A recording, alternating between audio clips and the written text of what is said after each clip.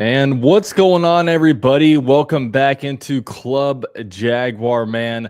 Your favorite every single Wednesday podcast here live, right here on both the UCF Jaguar channel and Gen Jag channel. We got in here Jordan DeLugo. What's up, Jordan? Enjoying this pre-draft lead up, enjoying the fact that the Magic won their play-in game. Big win over the Hawks. It's an exciting time. It is really exciting. We've got 8 days until the draft. Well, and you're also a Gator fan, right? Are you still a Gator fan? Yeah, they just won a national championship. You can't last night that. And today are the first times I have not been wearing a Gator hat in a very long time. We've been celebrating pretty hardcore. Might have spent a little bit too much money on the national championship merch that has yet to come in, but we're excited for it, no doubt.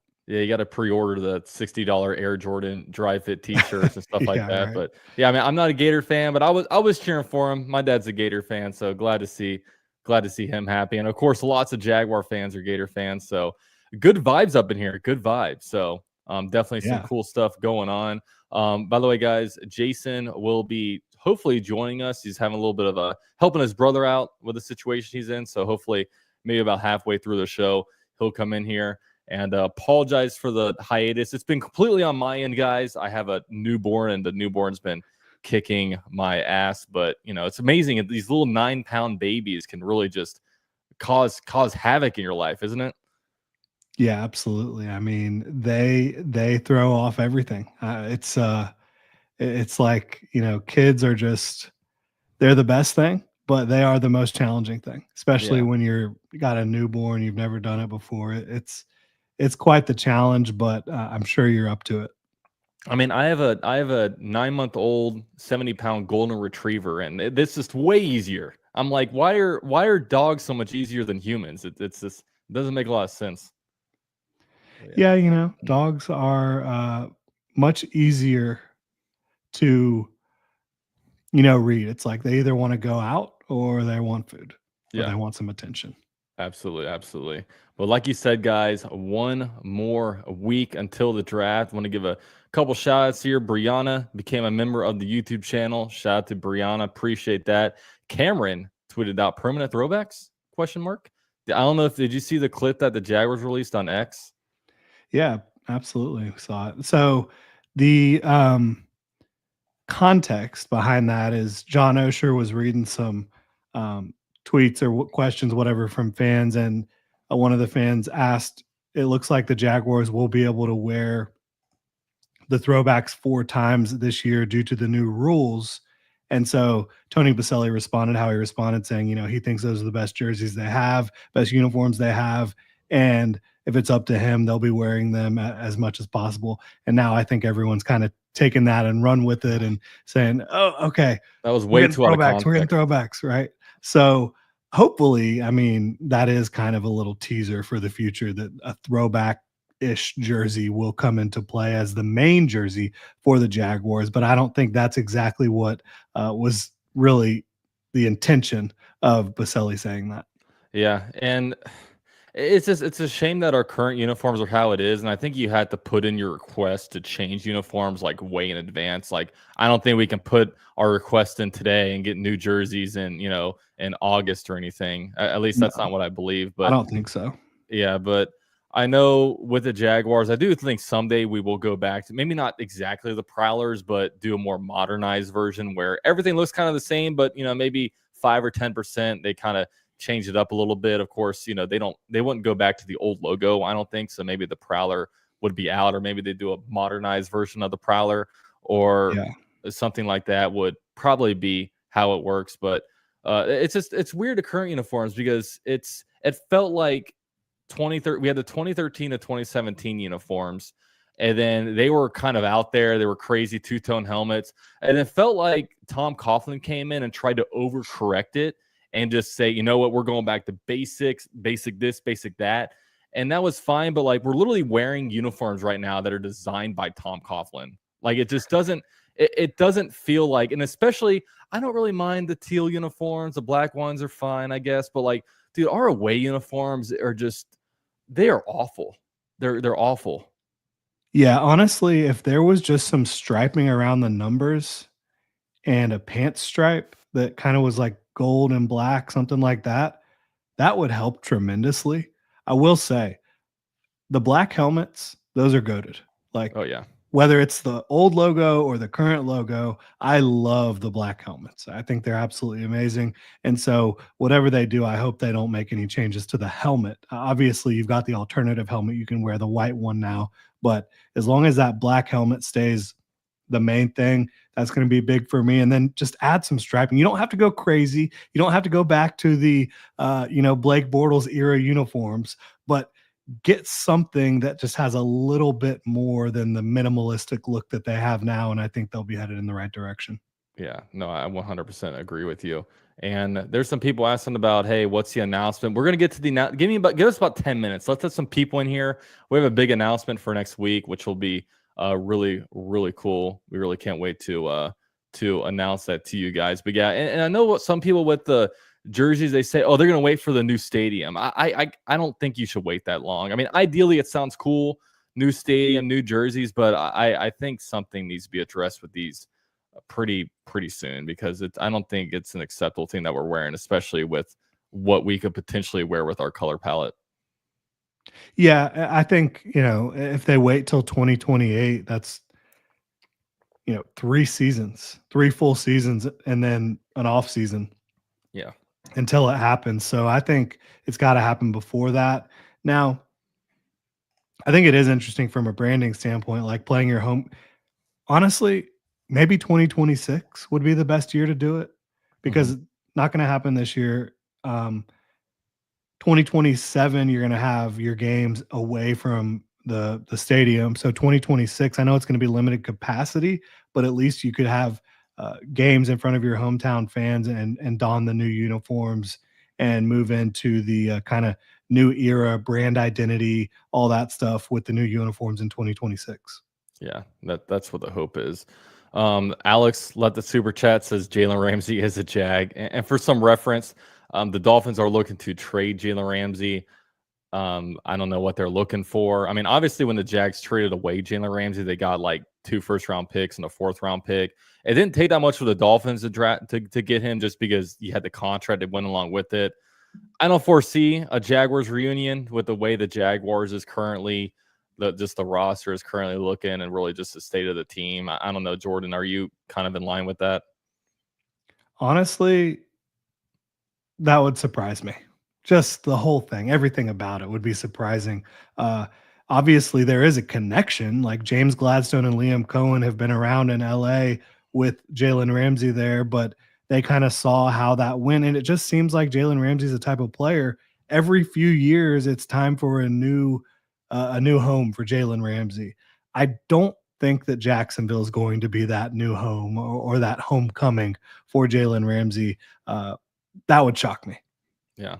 And what's funny is, like, so this is kind of the thing about, like, I look at, because sometimes, like, for example, going back, a lot of people kind of talk crap about our free agency, didn't do enough good in free agency. But it's really funny the way free agency kind of works, because, like, say for example, Jalen Ramsey is about to be on his 4th team, but he's never hit free agency. Devontae Adams is on his 3rd or 4th team as well, his 4th team. He just now hit free agency, so it's kind of funny. You look at Aaron Donald and Zach Martin, who just retired.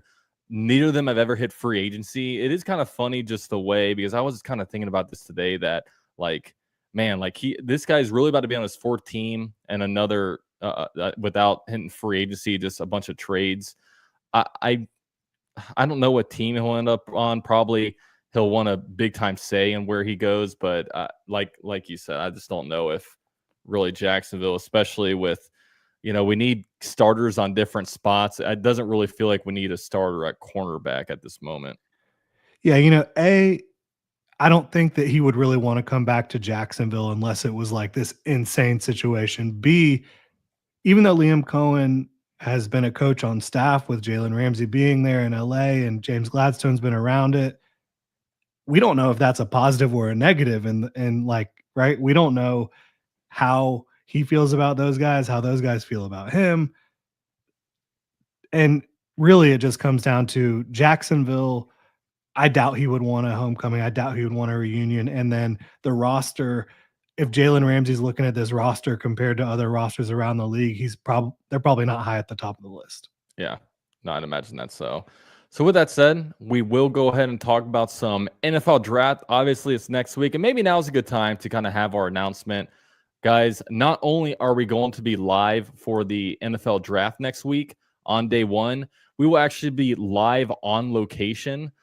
Jordan, Jason, and I will all be at Bottlenose Brewing, which is over in Tinseltown. We'll be doing the whole entire first round of the NFL draft live that night. So, guys, come on through. We're actually going to have 4 microphones. So, we're going to have one microphone for you guys to come up and talk some ball with us, too. You know, we're going to be talking to a bunch of different Jags fans. You guys will be able to get in on the Club Jaguar show, talk some drafts, spill some takes. We really can't wait for it. I've never really done a live on location show. So shout out to Bottlenose for being able to host us. And I don't know, Jordan, are you as excited as I am? Yeah, I'm really fired up for it. Hopefully we can get a bunch of people out there, have a really good time. Obviously, like you said, we're going to be able to have some fans come in and chop it up with us a little bit. So that's going to be exciting. Obviously, it's our first live show, and I couldn't be more excited for the 2025 NFL draft because the Jaguars have 10 picks. They have the 5th overall pick. They have 6 picks in the first 4 rounds, 4 picks in the first 3 rounds. And also, just thinking about this first round of this NFL draft, it's maybe the most unpredictable first round that I can remember. Yeah. Just looking at the sheer amount of players that that guy could go in the first round, he could go in the 3rd round. Like, there's no consensus on so many different players in this draft class. So that's going to make it really fun to be kind of tapped in and chopping it up with y'all.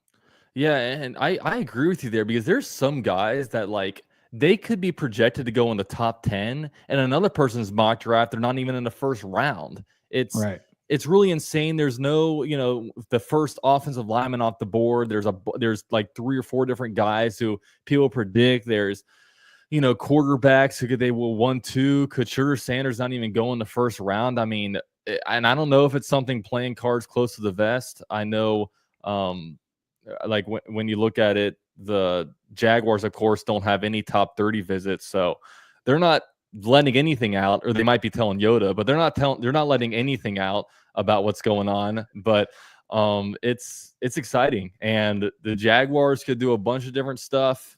It feels like we might know the direction, but they could go total curveball on us at pick number 5. And I almost wonder if I don't think the Jaguars are going to trade up. I do think they would like to trade back from 5, but I have a feeling that with all the Jaguars draft picks, they might get a little eager, and if maybe a Luther Bird in the 3rd or something like that starts sliding, or Emeka Egbuka, whatever his name is. Sorry, I'm not very good at names. If he starts sliding a little bit, maybe the Jaguars will trade back up into the first round and potentially get somebody like that. I don't know how you feel about that. Yeah, I would be surprised if there's not a trade during the draft for the Jacksonville Jaguars. The question is when. And I think every subsequent round, it gets more and more likely because the cost of doing business gets lesser and lesser, right? And it takes 2 to tango. And so if I know everybody wants to trade down from 5, I would like to trade down from 5 depending on how the board looks, but you got to have somebody that wants to move up. And this is a type of draft where, at least based on consensus, based on what everybody's saying, there's not a lot of players to move up for. Not a lot of players worth moving up for. Now, if Shador's there at 5, does a team get excited and say, we got to go get our guy? Maybe not. I don't know how it's going to play out. And I think that it's going to be easier said than done to move down from 5 to later in the draft, but I'd love to see it. And then, as you said, I do think that if they have an opportunity to be aggressive and get a player that they absolutely love and value at an extremely high level, they will be aggressive to go get that player. And whether that's bottom of the first round or at some point in the 2nd round, 3rd round, day 3 is the most likely, right? Because that's where you have the most amount of picks. And that's when the Rams have been the most active over the years. I just think, again, the cost of doing business on day 3 isn't nearly as much. But you could see them trade up on day 2. You could see them trade back into the first round. You could see them trade down from 5. You could see a trade where maybe they have a board where they feel like there's about 125 prospects that they feel really good about, and they want to get one more bite at the apple in the top 125, and that's just an arbitrary number, right? But they just feel like they want one more dart throw, one more bite at the apple within this certain range. So they trade down to acquire one more pick in that range. There's all these different permutations and different ways it could go for the trade scenarios. And I can't wait to see how James Gladstone navigates it because I think he is going to do a fantastic job. Yeah, and you mentioned about it takes two to tango on a move back, and I know I think it's easier for the Jaguars to move back when they're at number 17 because first of all, the cost to move back is a lot cheaper than it would be if you're to move back, 3 spots in the teens versus 3 spots in the top 5. But it's also in a situation of the teams behind you are playoff teams when you're drafting 17.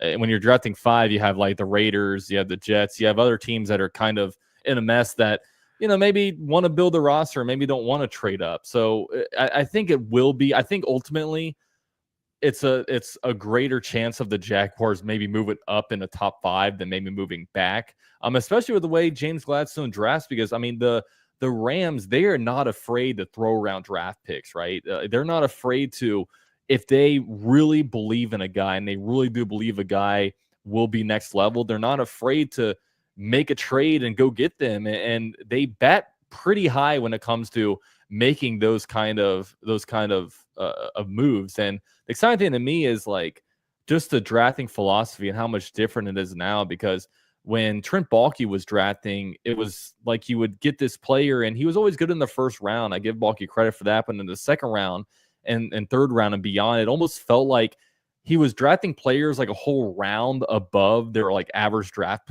position, and most of these mock drafts going on, and he's drafting it because this guy has this huge body and stuff like that. Like if he hits his potential, he's gonna be awesome. But I tell you, it's a lot harder to like if they don't already have that. It's really really hard to teach all the elements of football as opposed to drafting a guy and when you turn on a tape, they're all over the place, but they have small arms, so maybe they're getting dropped. I just feel like the change of philosophy is going to do a lot of good things for the Jags.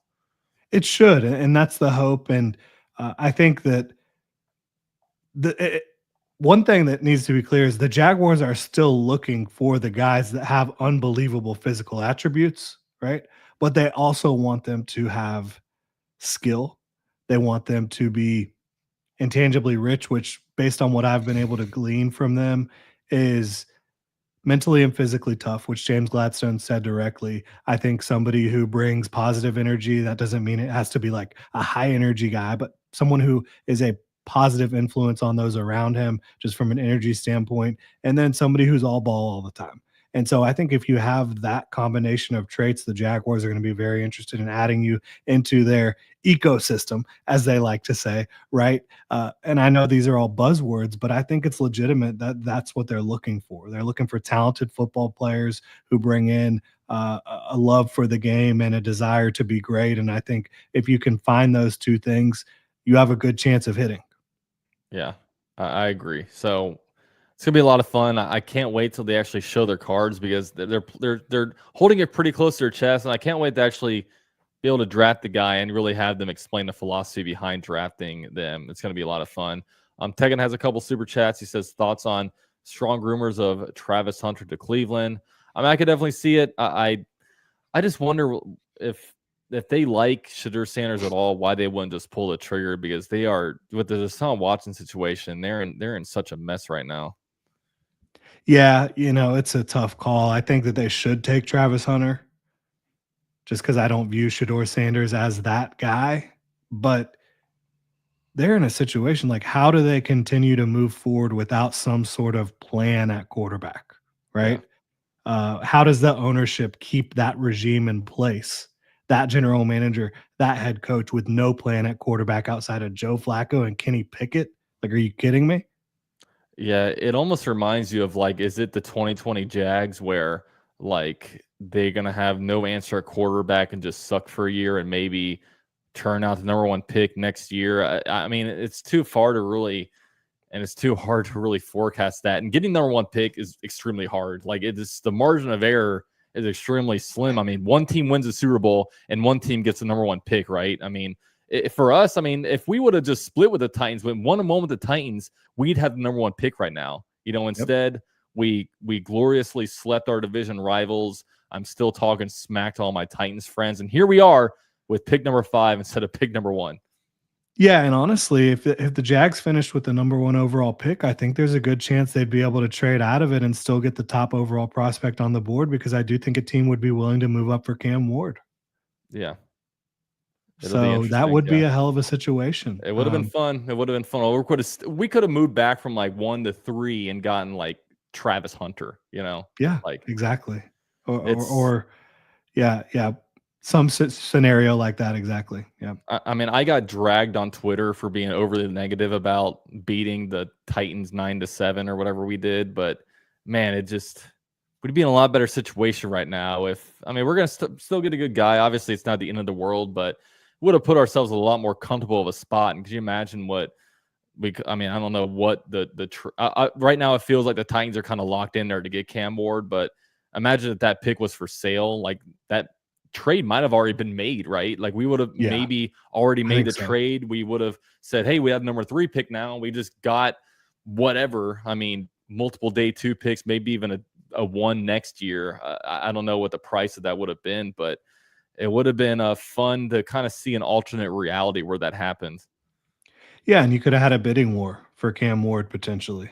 Yeah, I think he's clearly the number 1 quarterback. Yeah. Having one quarterback makes that price way higher. Yeah. Yeah. So that is what it is. I do think they're still in a fantastic spot at 5 overall, even if they have to stick and pick. I think there's more than 5 blue chip prospects in this class. I know that's not the consensus belief, but they're going to get somebody they value extremely highly at 5 if they have to stick and pick. And I think that's very exciting to see where the Jaguars kind of fall when it comes to these high-end prospects. Obviously, Travis Hunter probably gone. Cam Ward, you would assume probably Abdul Carter gone. Other than that, though, you really don't know how it's going to play out. Yeah, exactly. So we'll see. We'll see where we end up. Taking with a $5 donation. This is actually something I wanted to talk about. He says, would you be pissed if we take Jalen Walker or Tyler Warren at 5? Me personally, I would. You know, this is an interesting question because like one guy that does kind of intrigue me a little bit would be a Tyler Warren, because with a Tyler Warren, you're helping your run game and pass game, and also you're just adding an extra offensive weapon. And I know Mason Graham is being mocked to the Jaguars everywhere, and Mason Graham's a great player, but if you actually look at the position, it's pretty deep at that defensive tackle position right now. So I don't know. What say you? Is Tyler Warren somebody that you think could be a possibility at 5, or only if the Jaguars trade back? Man, it would surprise me. It would really surprise me. But on my big board, I mean, he's in my top 10. Pulling it up, he's actually 5 overall for me on my big board. It's Travis Hunter, whether he's playing corner or wide receiver or both. Travis Hunter is my number 1 prospect. Ashton Genty, Abdul Carter, Mason Graham, Tyler Warren. I think Tyler Warren is going to be a fantastic football player. But tight end would surprise me, considering Brenton Strange, considering going out and signing 2 guys who I know they don't have to be around long term, but like that would be a little surprising. And I love the versatility he has, what he can do as a receiver, as a runner, his potential as a blocker. It's all there for Tyler Warren. But you can also say tight end is extremely deep in this class. And it is. It's much deeper than it normally is. I think you go into round 3 and get yourself a quality contributor at the tight end position. But yeah, I love Tyler Warren. When it comes to Jalen Walker, man, he's a player that is definitely intangibly rich. Everyone talks about his leadership, his communication skills, like all of that stuff. But to me, and on tape, he looks intangibly rich too, like just the effort he plays with. And that's another thing the Jaguars talk about. Like tape can kind of tell you about a player's personality. Um, it would just really surprise me because I don't think that he has the skill right now to really project as a true edge rusher or a true off ball linebacker. And I think if you're getting into that tweener status, it makes it really difficult to find early success. And the Jaguars talk about wanting to win now. Uh, Shad Khan has said that the goal is to be in the playoffs. Liam Cohen has talked about they're drafting guys that need to get out there and get on the field early and make plays for them. And maybe Jalen Walker could do that as like an edge three, a guy you can move around the front and just wreak havoc. But that's the type of pick that would scare me a lot. And honestly, my philosophy is like, if I can't just clearly see it with a player, I'm okay with missing on them because I know I'm going to find a player I do see it with, right? Yeah. So that's kind of how I view it.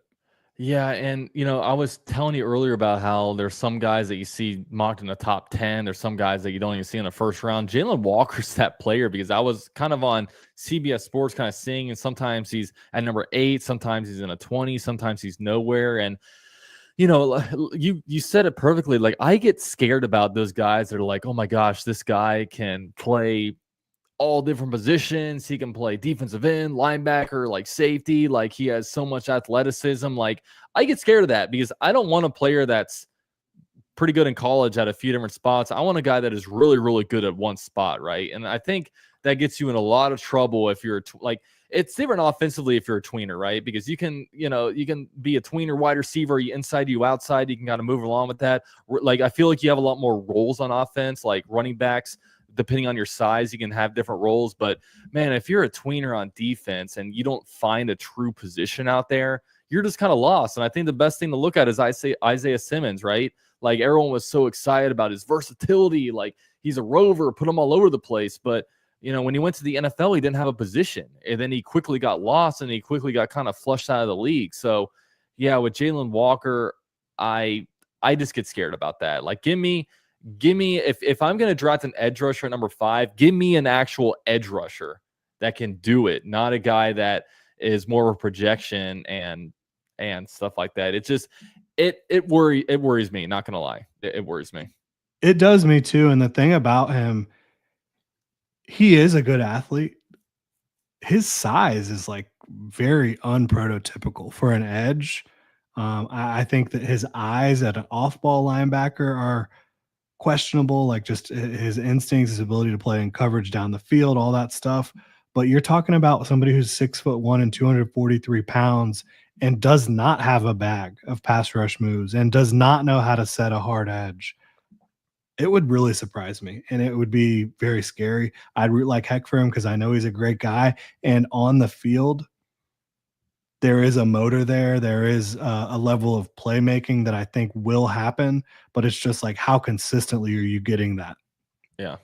Yeah. So, especially like, I don't mind, like, if you're in day 3, like, just pick a guy that, could project to be pretty good. But number 5 overall, I don't know, that I feel like that's a little bit of a gamble. And that's a little bit of a, dare I say, balky move in a way, right?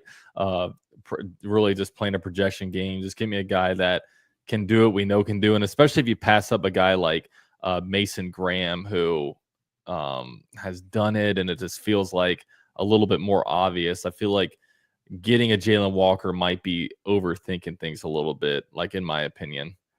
I agree at that point in the draft completely. I can't get on board that early, not even close to that early, really. There's so many prospects that I think just have much cleaner projections. Yeah. And then you're also talking about a rotational player for the long term. It's not like this is a rotational player that might be a starter in a couple years. Like, in a couple years, you still want Josh Hines-Allen and Trayvon Walker as your starting edge, right? Yeah. So it's an interesting situation. So I am curious with you, like, what do you think right now is a bigger need? And this might be needs in different areas, but do you think defensive tackle or edge right now is a bigger need? That's a great question. I think to find success right now, like if they had to play a game tomorrow, I think edge 3 is a bigger need. but it's edge 3. Yeah. The need with defensive tackle, I think, is finding someone who can be that anchor. And I don't mean anchor in terms of like a one tech nose tackle. I mean the anchor in terms of that leader on the interior of the defensive line, the tone setter, the guy that can make all the plays for you, right? So I think they're both needs, even though I think Mason Smith is going to be a good football player.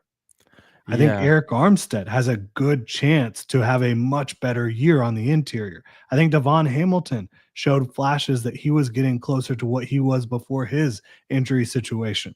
So I don't think that the cupboard is bare on the interior of the defensive line. I think both are needs. I don't think you have to say we need one or the other. I think you need both. Yeah, and I think they're different needs because I think you absolutely need another edge rusher, like a third edge rusher.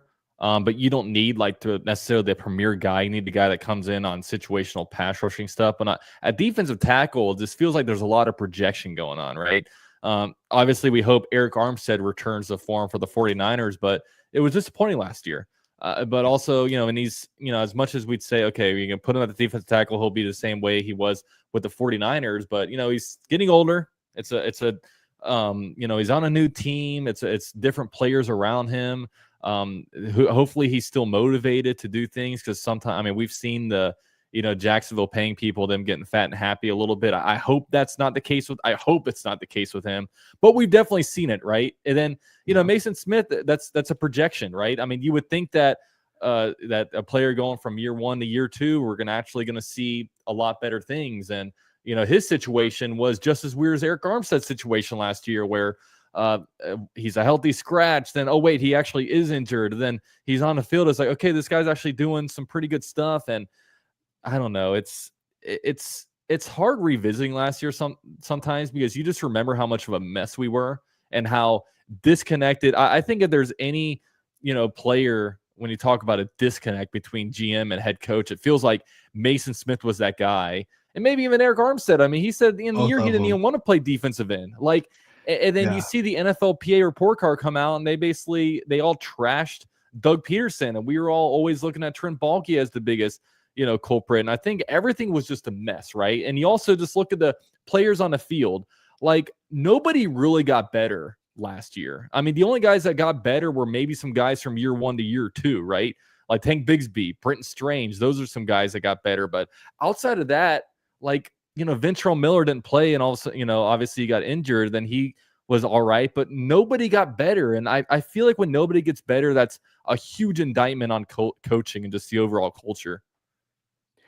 Yeah, there's no question. And we don't need to go back over that too much at this point. Like, we beat it to death and it's moving in a different direction. But I got agree brand with you new everything. 100%. It feels great, right? Yeah, like I agree with you 100%. It is a massive indictment on the whole thing. And they literally went in a completely different direction. Like, the most opposite direction you could go in is the direction they went in. And I love it. And I don't just love it because it's different. I love the intentionality of James Gladstone and Liam Cohen and Tony Baselli, right?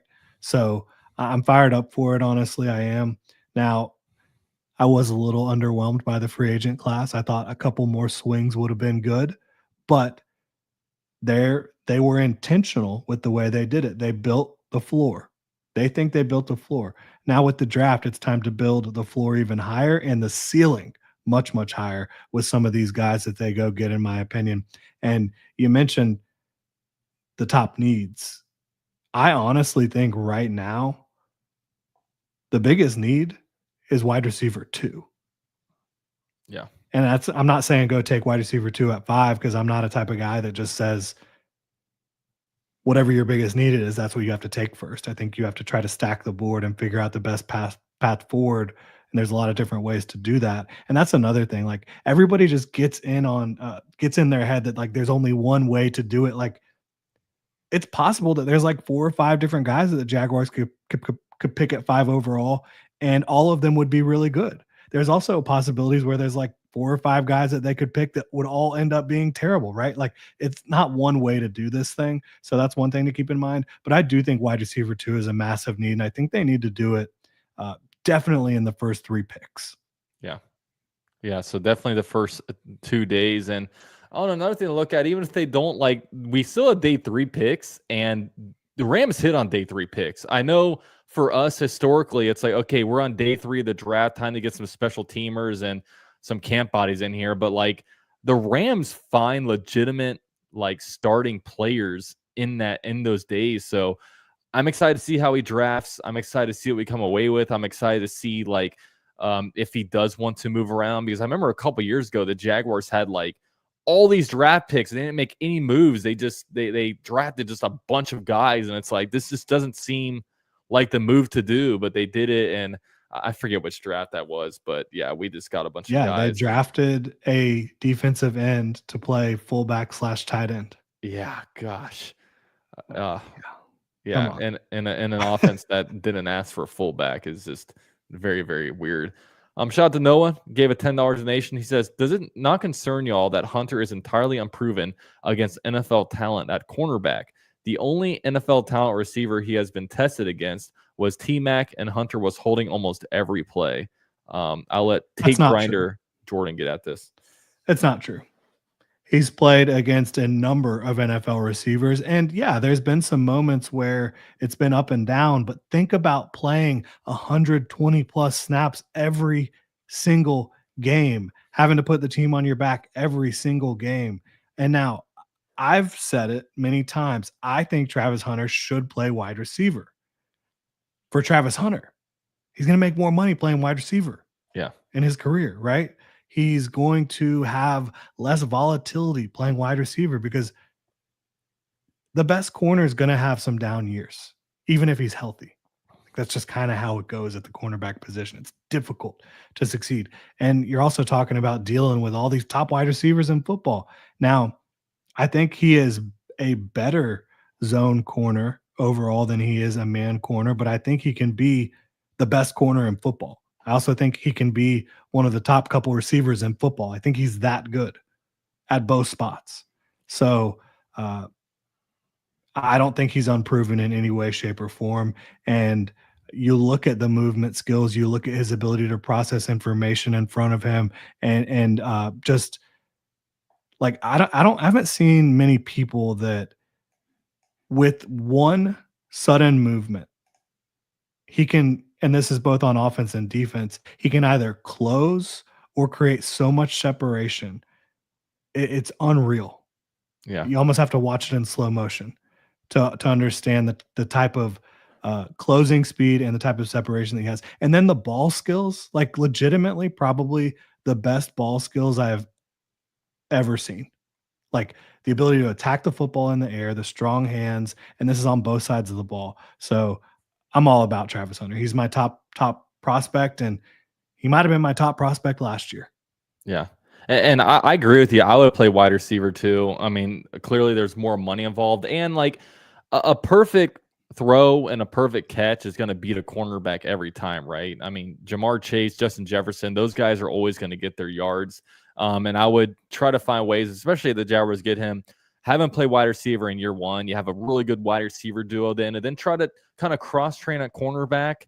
And in year one, don't overload the guy, but I'd still like to kind of see him maybe get in on some dime packages or some, some specific packages for him, and then maybe try to give him more snaps as it goes along and just kind of see how it goes, because this is kind of unprecedented times for a player in the NFL, because we haven't seen that much crossover, and especially now we have a 17 game schedule, and how much is it going to wear down his body? Like I would think a lot of people look at him and they think he's some like I feel like they associate him with Dion, and he's like, oh, this guy's a diva. This guy's I don't get that from him when I hear him talk. Like Dion and Shadur Sanders, I think are their own people. Travis Hunter's a lot different, and I don't think that he's going to be a guy that's he doesn't have the Jalen Ramsey type personality, right? And I don't get a lot of red flags from hearing him talk, and I think that he'll understand the situation and what's best for him as well.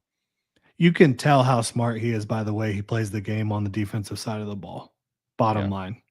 And yeah, I think that goes to smarts and to study habits. yeah. No, I agree. So hopefully he's there at 5. Probably not. I'm not It feels like Shitter Sanders isn't going to go in the top 5 probably. But who knows? Maybe a team is hiding it. Maybe a team falls in love, and we just got to hope that 2 quarterbacks go.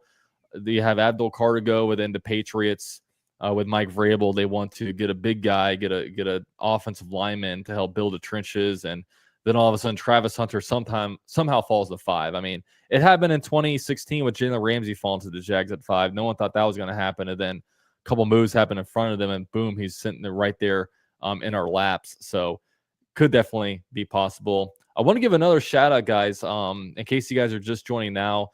Club Jaguar is going to be live next week on location at Bottlenose Brewing. Okay, so what we're going to do the whole entire first round of the draft that Thursday, we're going to be live the whole entire time. We are going to be essentially we're going to have 4 mics, me, Jordan, Jason, and a 4th mic. So you guys can come on, join the show, give some takes, and enjoy some time with us. I know Jason has actually offered to buy the first 20 people that come a drink on him. I'm not even joking. He's actually going to do that. And also they have a buy an entree and get a beverage for free over there. That's another promo that they have going on. So definitely come join us over there. I have actually some pictures of the establishment that I saved earlier. Let me find it. This is going to be what our backdrop will look like. It's pretty sick. It is. Yeah, here it is. We're going to be right in front of this Jaguar. So that's that. The view is going to look something like this. Bunch of TVs around. You can see it's a great environment. Also, really good food. They make some pizza up. That draft beer makes me want to drink a beer right now. So we got pizzas, got these Philly cheesesteaks, got whatever kind of dessert this is. I don't know, what is that, like looks like fried dough or something. Looks delicious. Whatever you call it. Yeah, it looks good. I mean, I'll take one. So yeah, they have a bunch of different cool stuff. So yeah, come on over, guys, join us. It'll be a lot of fun. We're definitely looking forward to it, and I'm looking forward to hopefully meeting some of you guys. Haven't been in Jacksonville in a while, so I know Jordan, myself, and Jason all hope that you guys can be there, and hopefully we can actually meet some of the people that sit here and watch these shows and watch our YouTube channels and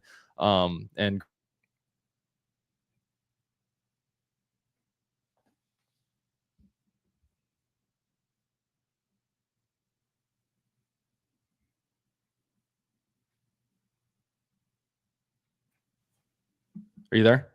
Yo. Did I just drop? I don't know if it was you or me. Okay. Is this thing on? It says my connection's unstable. I dropped the promo, and then YouTube wanted to delete me, but I think we're back now. Sounds about right. So we're good. But yeah. So hopefully we can see all you guys there. So with that said, yeah, Jason, I know there's some people asking about Jason. He is doing a good brotherly role. We'll just say that. Helping his bro out right now. Yeah, helping his bro out. We all call our bro and need some help, and that's what he's doing right now. So yeah, with that said, I guess, what would your overall draft strategy be? I mean, I know that's kind of a broad question, but with the way it's going right now, if the Abdul Carter and if the Travis Hunter is gone, are you drafting a Mason Graham? And also on day 2, are you going to be sitting here we need to come away with wide receiver, edge, we need to come away with safety? Are you kind of pigeonholing the Jaguars into the exact, because Jaguars have some major holes right now. I mean, I don't know what the future is at safety. Wide receiver 2 is a huge hole. Got to add 2 more defensive linemen. And then, all of a sudden with all those guys drafted, we're on to day 3 of the draft. So I guess overall, what are you looking to see? Yeah, I think one thing that's really interesting too is edge 3 is a huge need. You have to have 4. Yeah. Who's going to be edge 4? Miles Cole. Right. So that's something not a lot of people talk about. I think they need 2 edge players. Now, could you go get a veteran after the draft potentially if you need to? But I think you really want 2 edge players. I think you want an interior defensive lineman. I think obviously wide receiver. My draft strategy right now, if I was running it, it would be Mason Graham at 5 unless Travis Hunter or Abdul Carter falls. And it's really difficult for me to say that because I do love Ashton Genty. I absolutely love him. I think he's going to be a fantastic running back. 3-down guy. You never want to take him off the field. He can pass protect. He can obviously get it done as a runner, but he's a great pass catcher as well, and not just out of the backfield, but like he's somebody who can actually run routes. Um, the vision, patience to press the hole, the creativity with the ball in his hands, the explosiveness, the stiff arms, the spin moves, the contact balance. It's all there, right? But this is a deep running back class. And the bottom line is running back is a little undervalued. And even though I have Ashton Genty a couple spots higher than Mason Graham, I think that it's been proven building through the trenches is the most consistent way to do it. If the Jaguars were a team that I thought had a top 10, top 15 offensive line, I might feel a little bit different about Genty. I kind of need to see this offensive line run block before I'm willing to drop a number 5 overall pick on a superstar running back. And then again, it's a deep draft. And I do think that Travis Etienne and Tank Bigsby in a better running system could be very productive. So I just think you got to build the trenches up a little bit more before you go making a pick like Ashton Genty. And I hope he has a fantastic career. Born in Jacksonville, Florida. I've been a huge fan of him for a long time, but I wouldn't do that personally. Would I be mad if he ends up a Jaguar? Absolutely not. I would be so excited. I'd be nervous about it because, it's taking a running back in the top 5, but any pick could end up missing for whatever reason, right? There's so many different things that can happen. I would be really excited about Ashton Genty. It's just not the direction I would go. And then probably either way, whatever you do in the first round, unless it's a receiver, I'd probably try to go receiver in round 2 or at 70 overall. And those would be my biggest things that I would want to do. And again, other than making sure I get edge and interior defensive line, and safety is huge. That's a huge need. I think cornerback is interesting. You could say it's a need. You could say they're good. I think that the way I look at corner, if you're not taking one in the first 2 rounds, are you getting somebody that's probably actually better than Jarian Jones? Probably not. Mm-hmm. So maybe you wait a little bit to add some depth instead of going and getting somebody in the 3rd round who probably won't even be able to beat out Jarian Jones, because Jarian Jones is a good football player. So I think for corner, it's either early or late. I don't think you really go in the mid rounds, in my opinion, to have a backup for the next several years. Yeah. So that's kind of some thoughts. Yeah, and I agree with you on the running. It would be fun to draft run, and I wish we were in a position where it'd be smart to take a running back at 5, right? That would mean our offensive line is built. That would mean that a lot of positions are built to the point where we can say, hey, let's go out there and put a huge exclamation point on this roster and kind of have a Saquon Barkley to the Philadelphia Eagles impact, right? But unfortunately, we're not in that situation where right now we only have one starting offensive lineman on a rookie deal. I think that's a problem. I think, especially on the interior offensive line, I mean, you don't have any building blocks there. You haven't drafted anybody there that's there long term. We'll see how Walker Little does a left tackle. I mean, I think we have 2 good tackles. I think that Walker Little, when given a legitimate opportunity, and there's people out there that say, oh, he couldn't beat out anybody. Well, he had a right tackle competition with Jawan Taylor, who wound up having a career year and got paid by the Chiefs. Now he's a Super Bowl caliber starting, tackle. Cam Robinson, they were never letting him out of that spot. And the moment they did, the guy bitched his way into a trade. So and they move him in the interior to a position that's not comfortable for him. And I thought he played okay, but he would get injured there, unfortunately. I think actually having him for a year where he's playing left tackle and not constantly looking over his shoulder, I mean, I think that's the best thing for him. And I think that's one reason why when I look at, the draft, some people are talking about maybe like Will Campbell and an offensive lineman. If you actually look at Jaguars free agency, you said we have to build the trenches on offense and defense. Well, you signed 4 offensive linemen and 0 defensive linemen. I mean, that doesn't tell you what the Jaguars are potentially trying to do on day one. I mean, I don't have to spell it out for you, right? I think that offensive line will be addressed at some point, but I think at the very earliest round 3, it's something that the Jaguars need to do. They need to continue the draft there and see if they can find guys to fill on the positions, but I don't think it's going to come early. Yeah, I'm at the point where I don't think it is either. I think they're going to go defensive front early with their first pick. In all likelihood, I think that's the direction they're going. Obviously, they could surprise us, but like you said, they signed 4 offensive linemen, 2 starters, 2 depth guys, Mm-hmm. and they didn't do a single thing on the defensive front. Yeah. Like that's got to be. I mean, where there's smoke, there's fire, right? And then they've also been asked about the defensive front, and like the first question about it after free agency was like, well, if we sign someone there, they could potentially stand in the way of a draft pick getting on the field, and it's like, okay, Yeah. if It's curious. if they're not going defensive front early, they're doing a hell of a job with the smoke screen. And I think that's the most shocking thing about free agency to me, because I know we spoke about a little bit how we were both a little surprised at the free agency. And it's one thing they didn't spend that much money, but I thought at least they would sign a third, like an edge 3, like at least get a guy on like a 1-year deal, like a just to borrow a guy just for a year as a rental. But now we're in a situation where we might have to draft 2 of them. I mean, we might not have 4 good edge rushers. I believe we'll come up with 3 good edge rushers, but I don't think there's enough draft picks to where we're going to have 4 impactful edge rushers unless they do something. I don't know who's out there. I don't know if I know Dante Fowler Jr. was a guy that was out there, but he got signed up.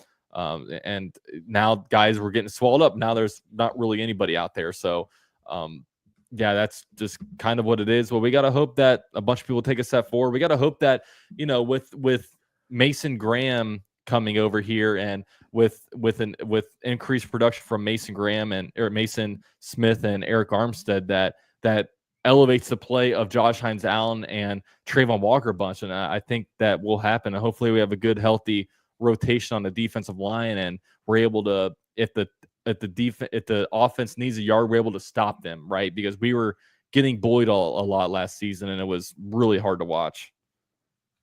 Yeah, it absolutely was. And I'm with you. I mean, they've just got to be better in those situational type of plays. And especially, like you said, in the trenches on both sides of the ball. Can you stop a yard? Can you get a yard? And it's not just going to be about the physicality. Liam Cohen kind of talked about this the other day. Sometimes you have to win with scheme, right? Mm-hmm. And I don't think the Jaguars did enough of that on either side of the ball in those short yarded situations last year. And so, yeah, they need to be tough. They also need to be smart. They need to be able to outthink their opponent at times. And that comes down to Liam Cohen, his play calling, and their execution of the players as well. Yeah. Yeah. So a lot of stuff going with the Jaguars, but I just feel like at least we have some positive. Like, I feel like we have the right people in place, right? And with how free agency went, I was in a mode of like, if maybe it was Trent Baalke that did that, I might have killed him. But now that we have Liam Cohen and James Gladstone, I'm gonna give them the benefit of the doubt, right? Until these guys are a lot smarter than me. I was really happy with the hirings. I'm not all of a sudden gonna kill these guys because, oh man, we didn't throw out and spend money on this guy. Like, let's let them cook. Let's let them see how the process goes, and until they give us reasons to doubt them, let's allow them to do what they want to do. And I'm not having the same approach to the draft. Like, they might draft some guys that I raise my eyebrow on, but they do a lot of work and they're extremely smart. So I'm gonna let this whole thing play out and not go on Twitter and just start complaining a bunch. I don't want to be that type of guy. I complain a lot, but I'm not going to complain a lot about what's going on right now. Right. And I agree with you completely. I personally did not agree with this free agent class, but I said that, and I also said I'm going to let these guys see what they can do. And they want to be a build through the draft team. They've said publicly they wanted to raise the floor in free agency. Now it's time to get those foundational pieces that you can continue to build around with the pieces you currently have. And when you look at the last 2 drafts with the Los Angeles Rams and what they've done, and you look at those last 2 because that's when James Gladstone really got elevated into that kind of senior position where he is really dictating a lot of the draft strategy, right? Mm-hmm. And 2023, they didn't even have a first round pick. Okay. So Steve Avila, good starting interior offensive lineman. second round. Byron Young, good edge player, third round. Kobe Turner, really, really good interior defensive lineman, third round. Puka Nakua, maybe you've heard of him, fifth round, right? So if you're able to get 4 or 5 guys in every draft that are starting quality, really good guys for you, that's huge. And that was 2023. Look what they did in 2024. Jared Verse and then Braden Fisk. Yeah. How cool is that? Like, that is absolutely awesome. And then Blake Corum, Cameron Kitchens, right? Yeah. Cam Kitchens was a guy that everybody was overthinking because he didn't test well. He wasn't the most consistent. He went out and he was a ball hawk for them last year at safety. Yeah. Blake Corum is a really good running back in this league. And then they also were able to get Bo Limmer late, who I think is a really good young interior offensive lineman, going to probably end up being a starter in this league. Jordan Whittington, who's one of those guys at receiver who kind of has that ability to catch everything thrown his way, line up in the slot, do the dirty work, and block quite a bit. And so I just think that they've been really dialed in since James Gladstone kind of took that leadership role on. And I'm excited to see what he can do in Jacksonville. I have a lot of confidence in his ability to evaluate, communicate, and to figure out which guys belong in a Jacksonville Jaguars uniform. Mm-hmm. Yeah, and that's what's fun about the Jaguar situation right now is like I think the big thing that went wrong with Trent Baalke and Doug Peterson was just the communication was terrible. Like it felt like Trent Baalke was just drafting a bunch of guys that he liked, and there wasn't any marriage between him and Doug Peterson. But it feels like now, like when you actually listen to the press conferences and especially the intro press conferences, they just talk so much about communication and collaboration. And, we all know very well what Tony Boselli is about and how much he cares about the Jaguars. And I know a lot of us, when he was on 1010XL, we really valued his opinions. Well, luckily, that's inside of the Jaguars building right now. And, a lot of us wanted the young offensive-minded head coach, and the Jaguars have that now, with Liam Cohen. We have the guy straight from the Sean McVay tree, and now we have a guy like a GM who, is also young, and it feels like they're forward-thinking, and he's coming in here and doing, kind of emulating a lot about what the Rams have done. And he's not just emulating it; he's a big part of what the Rams did. Yeah, yeah. I mean, if you look at those, you talked about the Braden Fisk, the Fisk trade. Man, if you look at that video, he was all over that, right? Yeah.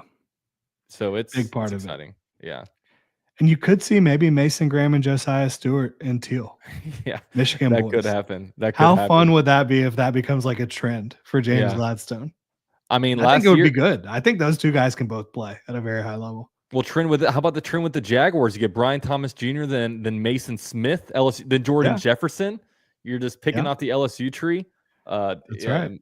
Maybe the Jaguars do something similar here, but we'll see. We'll see. It's super fun, but yeah, with that said, lots to talk about, and we'll be back on live next week. Doing a Wednesday night show, but like we've kind of been promoting here, guys, we're going to be live on location next week at Bottlenose Brewing.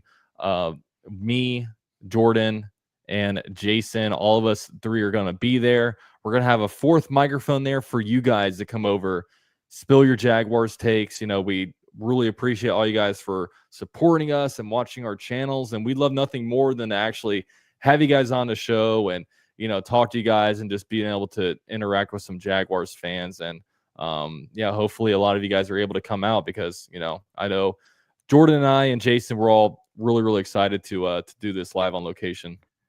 Yeah, it's going to be absolutely awesome. It's going to be a great environment. It's going to be a bunch of Jags fans.